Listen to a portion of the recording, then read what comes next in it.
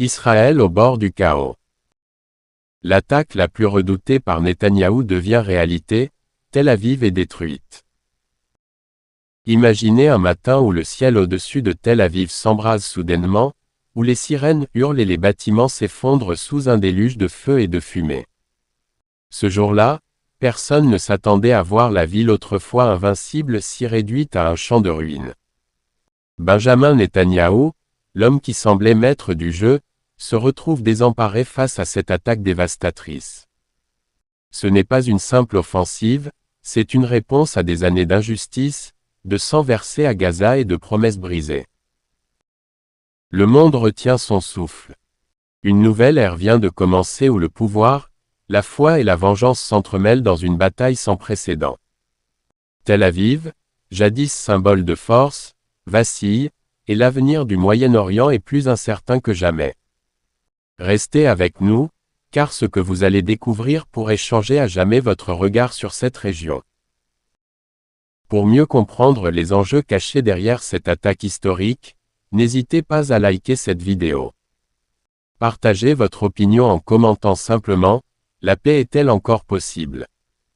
Et abonnez-vous à Histoire Religieuse TV pour rester informé des vérités que l'on ne vous dit pas.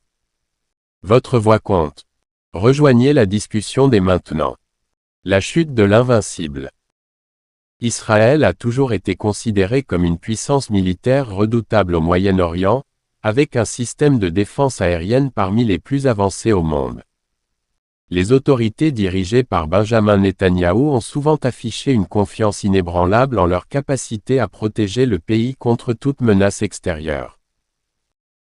Cette confiance semblait justifiée.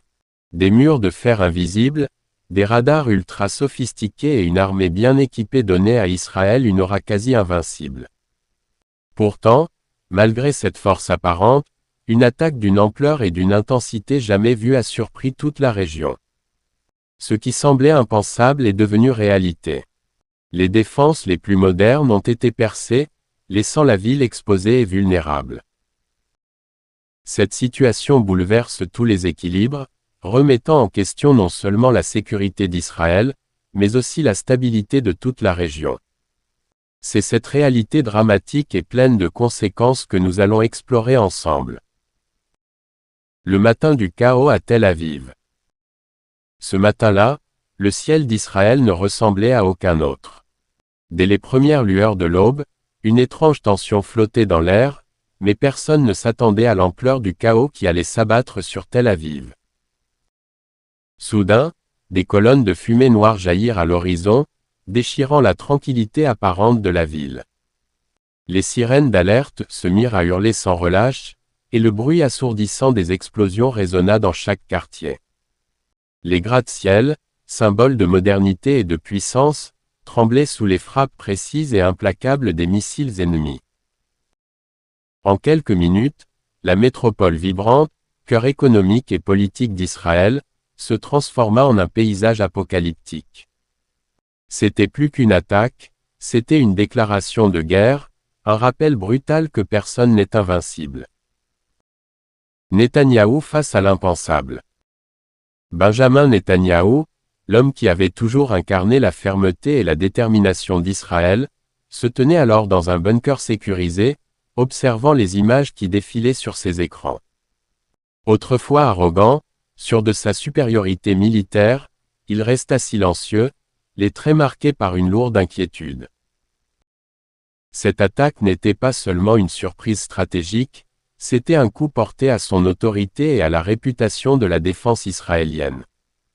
Il savait que ce jour ne serait pas un simple incident, mais la réponse d'un ennemi patient, mu par un ressentiment profond et une volonté de vengeance. Derrière cet assaut se cachait un message clair.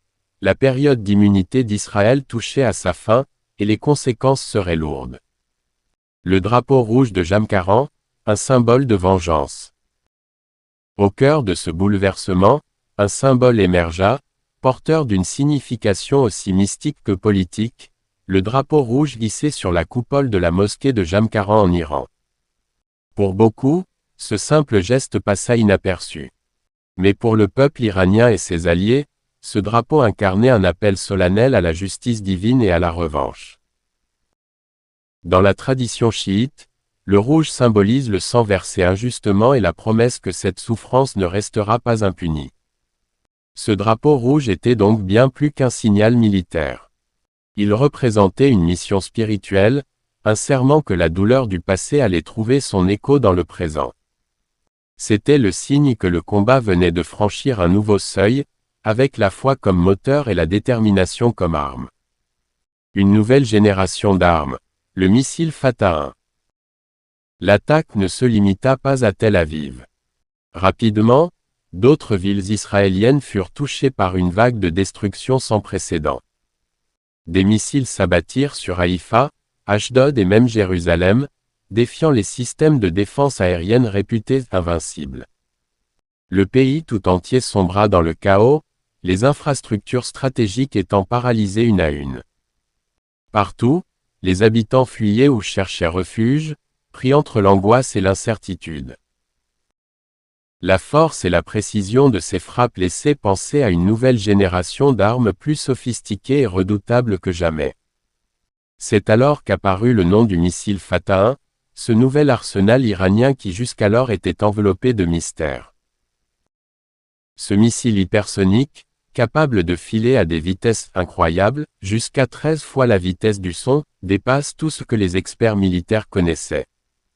Sa capacité à manœuvrer en plein vol rend son interception quasi impossible, même pour les défenses les plus avancées. Avec une portée de 1400 km, il peut atteindre n'importe quel point du territoire israélien directement depuis l'Iran, sans besoin de base extérieure. Pire encore, ce missile peut être équipé d'une ogive nucléaire, ce qui ferait de lui une arme de destruction massive capable de raser une ville entière en un instant. Fatah 1 n'est plus qu'une arme. C'est un message de puissance et de défi, une révolution technologique dans l'armement iranien qui bouleverse les équilibres. Le programme nucléaire iranien et les conséquences globales. Cette avancée militaire s'inscrit dans un contexte plus large, la progression inquiétante du programme nucléaire iranien. Depuis plusieurs années, l'Iran intensifie sa production d'uranium enrichi, franchissant des seuils qui rapprochent dangereusement le pays de la capacité à fabriquer des armes nucléaires. Selon les rapports de l'Agence internationale de l'énergie atomique, AIEA, l'Iran a accumulé plusieurs centaines de kilogrammes d'uranium enrichi à plus de 60%, une concentration proche de celle nécessaire pour un armement nucléaire. Cette progression, loin d'être un simple projet énergétique, soulève des craintes majeures à l'échelle mondiale. Les sanctions, les négociations diplomatiques, les pressions internationales semblent avoir peu d'effet face à cette détermination. La possibilité qu'un nouvel acteur nucléaire entre dans la région exacerbe les tensions, ravivant les peurs d'un conflit aux conséquences catastrophiques. Face à cette réalité, la communauté internationale reste divisée et hésitante. Certains redoutent une escalade incontrôlable, d'autres espèrent encore un apaisement. Mais une chose est sûre, l'attaque sur Tel Aviv n'est pas un acte isolé, mais le symptôme d'un affrontement plus profond mêlant enjeux religieux, stratégiques et politiques. C'est un tournant qui pourrait redessiner la carte du Moyen-Orient et imposer de nouvelles règles du jeu où la peur, la foi et la revanche s'entrelacent pour façonner l'avenir. L'aube d'un basculement irréversible. Alors que les cendres de Tel Aviv continuent de tomber et que le monde retient son souffle, une question brûlante s'impose, sommes-nous à l'aube d'un basculement irréversible au cœur du Moyen-Orient? Ce conflit, loin d'être un simple affrontement militaire, pourrait bien redéfinir les alliances, bouleverser les équilibres géopolitiques et embraser une région déjà fragile. L'Iran franchira-t-il le pas de l'arme nucléaire? Israël pourra-t-il réagir sans déclencher une guerre totale? Et surtout, quel sera le prix pour les millions d'innocents pris au piège de ce brasier? L'avenir est incertain, et le destin de toute une région repose peut-être sur cette unique question: quelle sera la prochaine étape de cette tragédie? Ce que nous venons de découvrir dépasse largement une simple confrontation militaire. Ce qui se joue aujourd'hui entre Israël et l'Iran est bien plus qu'une guerre de missiles ou une lutte pour le pouvoir régional. C'est un affrontement chargé de symboles profonds où la quête de justice et la douleur des peuples se mêlent à des ambitions politiques et religieuses. Le drapeau rouge hissé sur la mosquée de Jamkaran n'est pas seulement un signe de vengeance, c'est le reflet d'un passé douloureux qui refuse d'être oublié, d'un appel à l'équité face à des décennies de conflits, de sanctions et de souffrances. Nous sommes confrontés à une réalité où la peur du nucléaire se mêle à l'espoir fragile d'une paix possible. Il est essentiel de s'interroger, comment trouver un chemin vers la réconciliation dans une région déchirée par la haine et les ressentiments? Comment répondre à la douleur sans alimenter la violence? Au-delà des frappes et des armes, c'est la dignité humaine qui est en jeu, la possibilité que les générations futures vivent enfin dans un climat de sécurité et de respect mutuel. Cette histoire, aussi dramatique soit-elle, nous invite à réfléchir sur les conséquences de nos choix collectifs. Elle nous pousse à considérer que la paix n'est pas seulement l'absence de guerre, mais aussi la construction d'un avenir où justice et compréhension règnent.